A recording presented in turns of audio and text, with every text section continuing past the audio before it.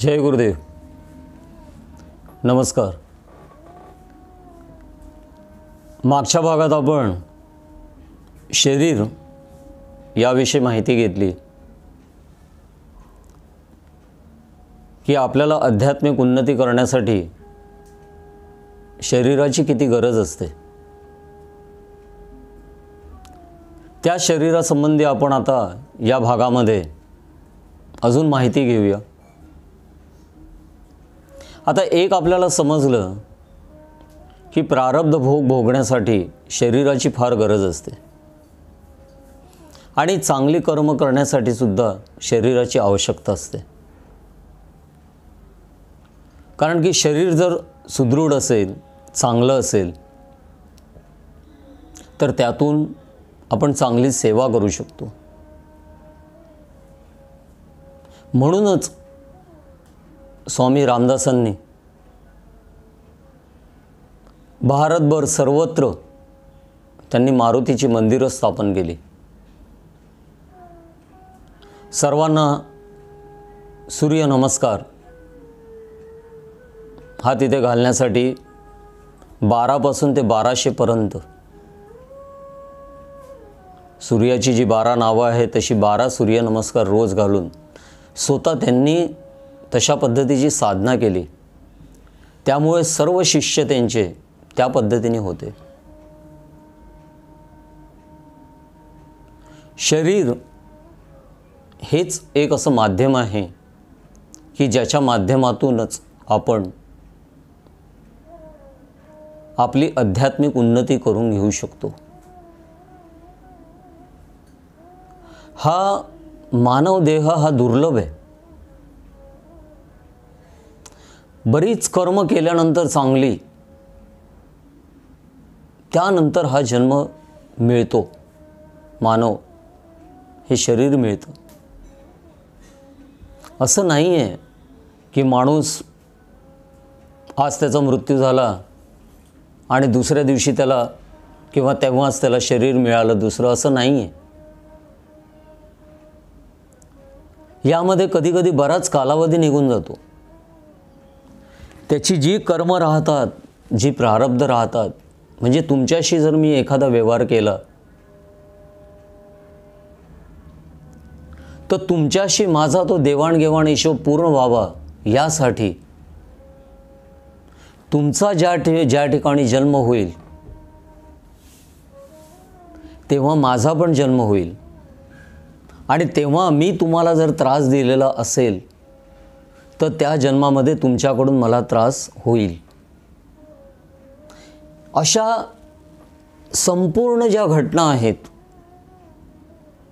तशा घडत असतात आणि ईश्वराचं नियोजन इतकं परफेक्ट राहतं. म्हणूनच म्हटलं जातं की कुठलाही माणूस कुठल्याही व्यक्तीला उगाचच भेटत नाही. त्या प्रत्येक गोष्टीमागे कार्यकारण भाव असतो, देवाणघेवाणचा हिशोब असतो. म्हणजे आपल्या आई-वडिलांपासून आपले भाऊ बहीण, नातेवाईक, मित्रमंडळी, एवढंच नव्हे तर जेव्हा आपण एखाद्या बसमध्ये किंवा रेल्वेमध्ये प्रवास करतो त्यावेळेसुद्धा आपल्या बाजूला जो येऊन बसतो त्याच्याशी आपण गप्पा मारतो, त्याला आपण काही खायला देतो, तो आपल्याला काही देतो आणि असा करून तो आपण प्रवास करतो. हा सुद्धा प्रारब्धामध्ये होता. त्यामुळेच तो जुळून आला. त्याच्यामुळे कुठलीही गोष्ट कार्यकारण भाव असल्याशिवाय घडत नाही. आणि हे सगळं घडतं कुठल्या याने? शरीराने, शरीराच्या माध्यमातून. म्हणूनच म्हटलं आहे की आरोग्यम धनसंपदा, निरोगी शरीर ठेवणं हे आपल्या हातामध्ये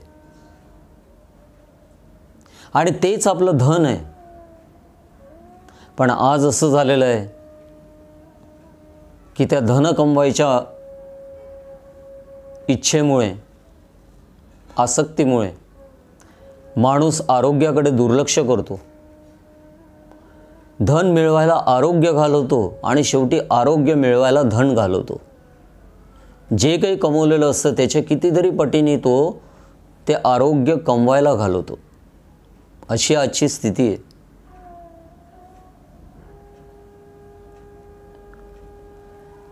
तर अशा पद्धतीने हे मानव देह आपल्याला मिळालेला आहे, हे शरीर मिळालेलं आहे. तर या माध्यमातून जास्तीत जास्त सेवा करा, सत्संग करा आणि चांगल्या चांगल्या गोष्टी स्वतःमध्ये आचरणामध्ये आणा. या शरीराला जे जे लागतं ते चांगलं द्या. जिभेचे चोचले पुरावे ते पण इंद्रिय, आणि आज तसंच आहे खरं. आपण जे जगतोय ना ते इंद्रियासक्त.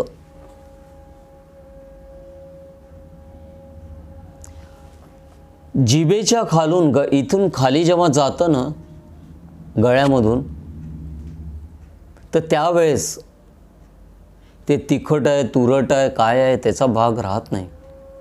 त्या सगळ्या ज्या चव राहतात त्या जिभेला असतात. त्यामुळे शरीराला जे चांगलं आहे तेच खायला पाहिजे.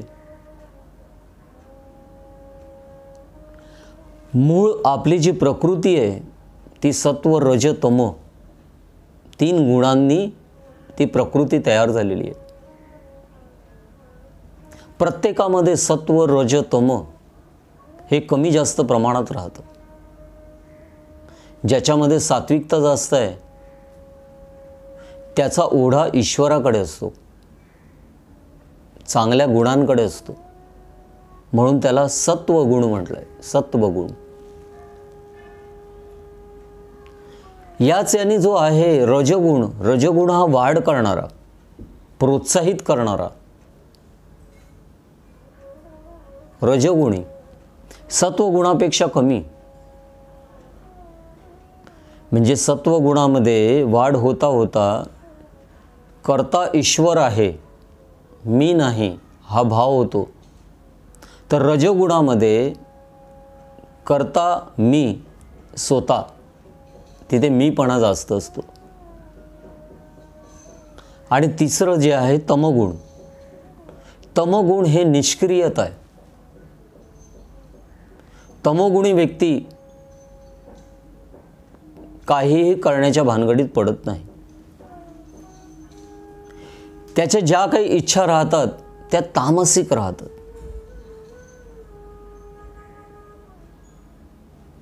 रजगुण असा असतो की ज्या व्यक्तीमध्ये तामसिकता जास्त असते त्यामध्ये तो तामसिकता वाढवतो, त्याला प्रोत्साहन देतो. आणि जिथे सत्वगुण असतो त्या सत्वगुणाला तो प्रोत्साहन देतो. असा तो रजगुण आहे. तर आपल्यामध्ये सात्विकता वाढत जाणं आणि ती कशी वाढवता येईल ते आपल्यावर अवलंबून.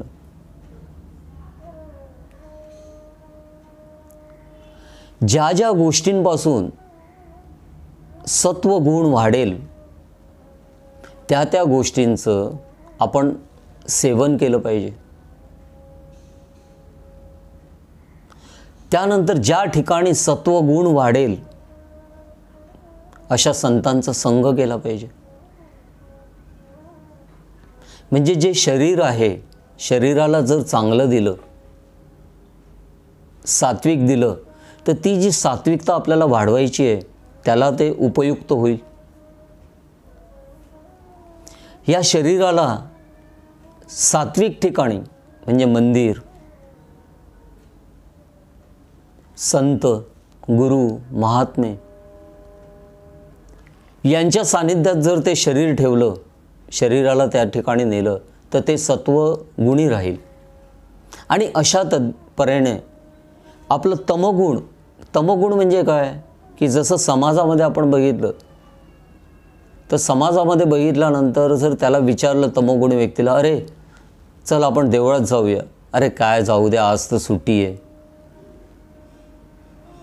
निष्क्रिय. कारण की त्याचं जे खाणं आहे ते तामसिक, ते पचायलाच त्याला इतका वेळ लागतो. जसं आपण बघितलं ना, तो अजगर भक्ष्य घेतो, गिळतो आणि मग तसाच पडून राहतो ते पचेपर्यंत. मग असं जे आहार आहे, असं जर आपण आहार खाल्लं तर त्यामुळे काय होणार? तामसिकता वाढेल. मग तामसिकता वाढली तर आपण ईश्वरी मार्गाकडे जाणार नाही. आपल्या मला सत्वगुण वाढवायचे आणि सत्वगुण ज्या ज्या पद्धतीने वाढल्या जाईल ते आपल्याला प्रयत्नपूर्वक वाढवावं लागेल आणि अशा पद्धतीने शरीर चांगलं ठेवावं लागेल.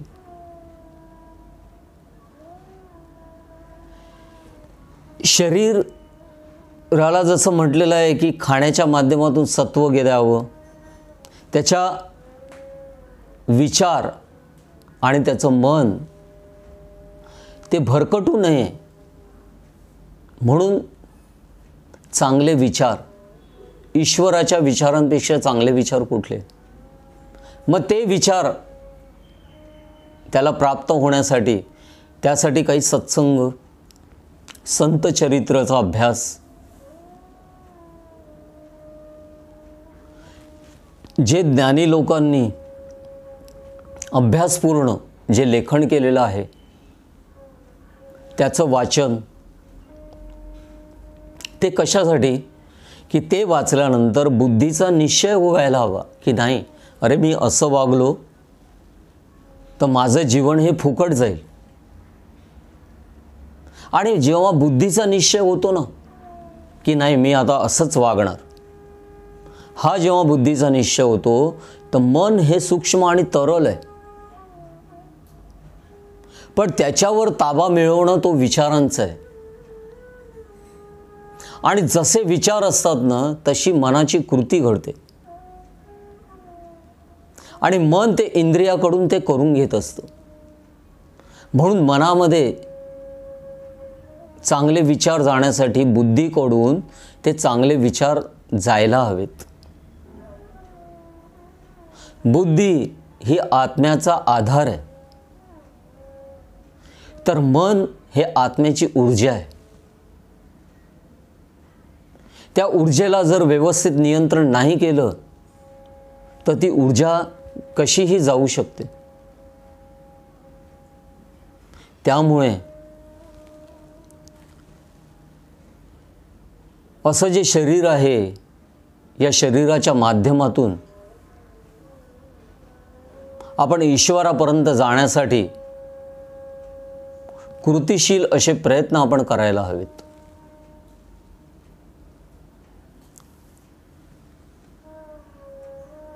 तर आता लक्षात आलेलं असेल की शरीर सात्विक गुणांनी युक्त होण्यासाठी सात्विकतेचे ज्या ज्या गोष्टी आहे त्या आपण जास्तीत जास्त करायला हव्यात, आचरण करायला हवं.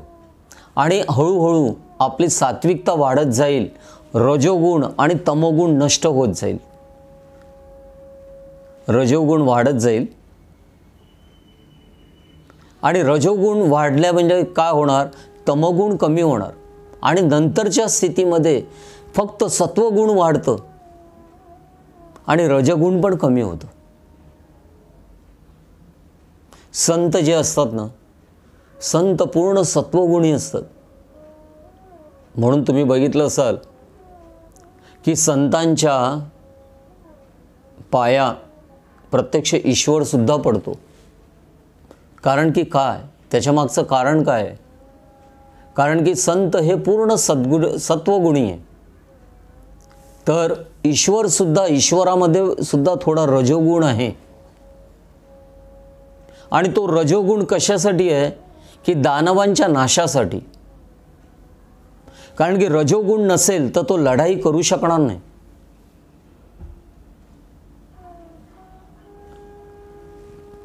संतांच्या ठिकाणी सत्वगुण असल्यामुळे दया, क्षमा, शांती या गोष्टी संतांकडे राहतात. म्हणून देवसुद्धा संतांना नमस्कार करतो. आणि असे कितीतरी उदाहरण आहेत की देवसुद्धा, म्हणजे नाथांचं जर उदाहरण घेतलं, नाथांच्या घरी प्रत्यक्ष विठ्ठल पाणी भरत होते, त्यांची सेवा करत होते. जनाबाई काय किंवा इतर अजून संत काय, त्यांना ज्या ज्या वेळेस न सांगता तो ईश्वर त्यांच्या सानिध्यामध्ये राहिला आणि त्या संतांची सेवा केली. कारण की संतांचा जो आहे तो भाव, भक्ती, आणि देव हा भावाचा भुकेला आहे, भक्तीचा भुकेला आहे. भक्तांसाठी तो पूर्ण धावत येतो. तर असं आपण भक्त होण्यासाठी, आपल्यामध्ये भाव निर्माण होण्यासाठी आपल्यामध्ये तमोगुण तो दूर व्हायला पाहिजे, रजगुण कमी व्हायला हवा आणि सत्वगुणांची वाढ व्हायला हवी. आणि असं जेव्हा हे शरीर पंचमहाभूताचं चांगलं होईल, तर यांच्या माध्यमातून मग जो या शरीरामध्ये बसलेला आहे आत्मा, जीवात्मा, तो बुद्धीच्या माध्यमातून मनावर कंट्रोल करतो आणि मन हे सर्व इंद्रियांकडून कर्म करून घेतं. त्यामुळे आपले विचार चांगले राहण्यासाठी, आचार चांगले होण्यासाठी शरीराला सात्विक करा. जे जे सत्वगुण वाढेल अशा गोष्टींचं आचरण व अनुकरण व अनुसरण या गोष्टी व्हायला हवेत. तर आजच्या या भागामध्ये आपण शरीर कसं सात्विक राहील याविषयी थोडक्यात माहिती घेतली. यावर चिंतन करा.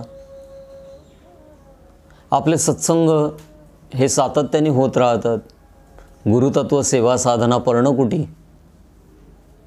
ही नेरळ येथे स्थित आहे. तिथे सेवा, साधना, यज्ञ, याग, जप, तप, अनुष्ठान अशा माध्यमातून प्रत्येक साधकाची उन्नती व्हावी यासाठी प्रयत्न केले जातात. ते या ठिकाणी आपण येऊ शकता. त्यासाठी संपर्क करा. आणि गुरुतत्व प्रकाशनतर्फे हे जे आपण यूट्यूब चॅनल तयार केलेलं आहे, ते यामध्ये स्वतः सबस्क्राईब व्हा, लाईक करा, इतरांना पण ती माहिती द्या, म्हणजे त्यांना पण याविषयी माहिती मिळेल व ते सुद्धा याच्यावर विचार करायला लागतील.